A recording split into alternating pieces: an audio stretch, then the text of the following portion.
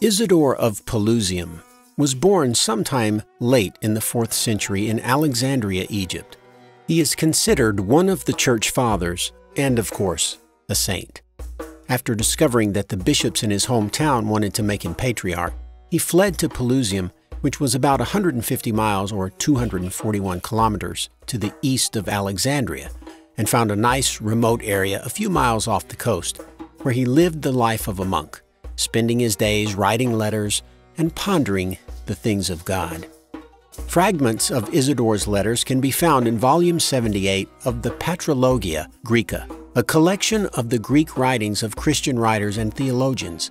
We all know that there were some wacky beliefs in those ancient times, but here's one I hadn't heard of yet.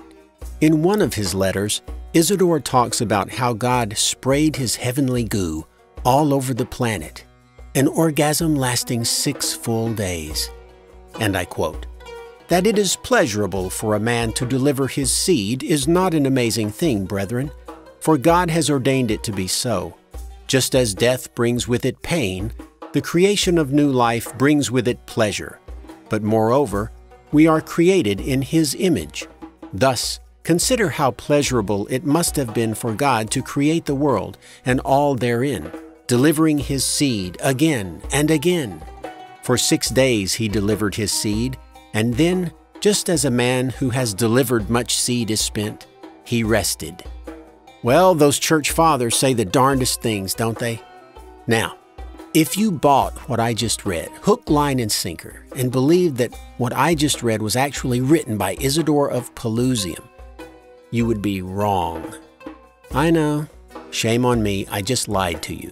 You probably trusted me and never dreamed that I would just make up a lie or present something that was clearly false. In fact, no church father wrote it. I wrote it. I made it up out of thin air, just to prove a point. If not for the internet, I could possibly fool most of you, at least temporarily, until you drove to a library or used some other means to try and verify that there is no such writing as the one I made up. Now imagine if there were no libraries for 1,000 miles and no phones, no telegraphs, no way to find this information out, whether it was true or whether it was false. And what if you couldn't read and write?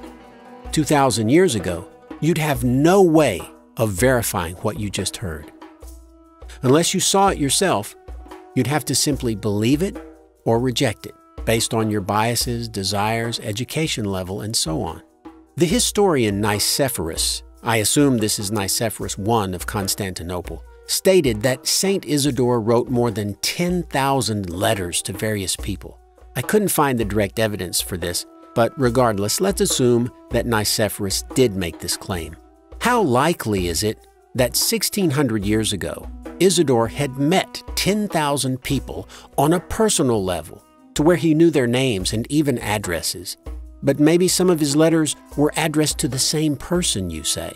Even so, it would have taken him writing a letter every day for almost 30 years. And how in the world would Nicephorus know about all those letters if they were truly sent to their intended recipients?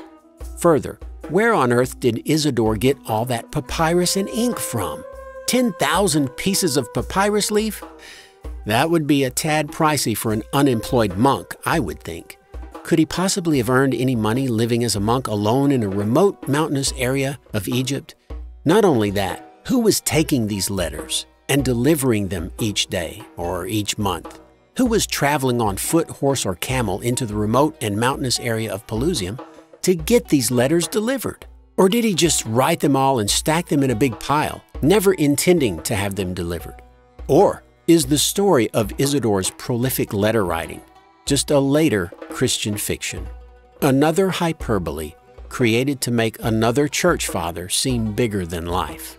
Perhaps he did write several letters, but they, like many of the Christian documents, were added to by later forgers, so that by the Middle Ages, there were thousands of letters, all presumably from Saint Isidore of Pelusium. This is why we don't see brand new religions popping up in full bloom every few years. We live in an age of nearly instant information verification. However, we do see the odd religion popping up every few decades that to some degree takes root. Scientology is a good example. But most of what we'd call new is actually just an offshoot of some existing religion, like Mormonism and Jehovah's Witnesses. We could even say that every Protestant denomination is an offshoot of Catholicism to a lesser or greater degree. But just consider living 2,000 years ago and having nothing but your family and a few friends for miles with no phone, no internet, no telegraph, no money to rent a boat or camel, and most likely, no literacy with which to even write a letter to mail to someone to ask them to verify the information, since most people during those days would have not been able to read or write. Unless you lived in Alexandria, Rome, Athens, or some other huge city, or were born to a wealthy family, you were stuck flipping a coin. It kind of makes me wonder, maybe this is why the Christian missionaries travel to illiterate third world regions of the world in order to share the love of the Lord Jesus Christ. It's okay. While Christian missionaries keep spraying their spiritual goo all over undeveloped countries, we'll keep spraying the truth all over the internet.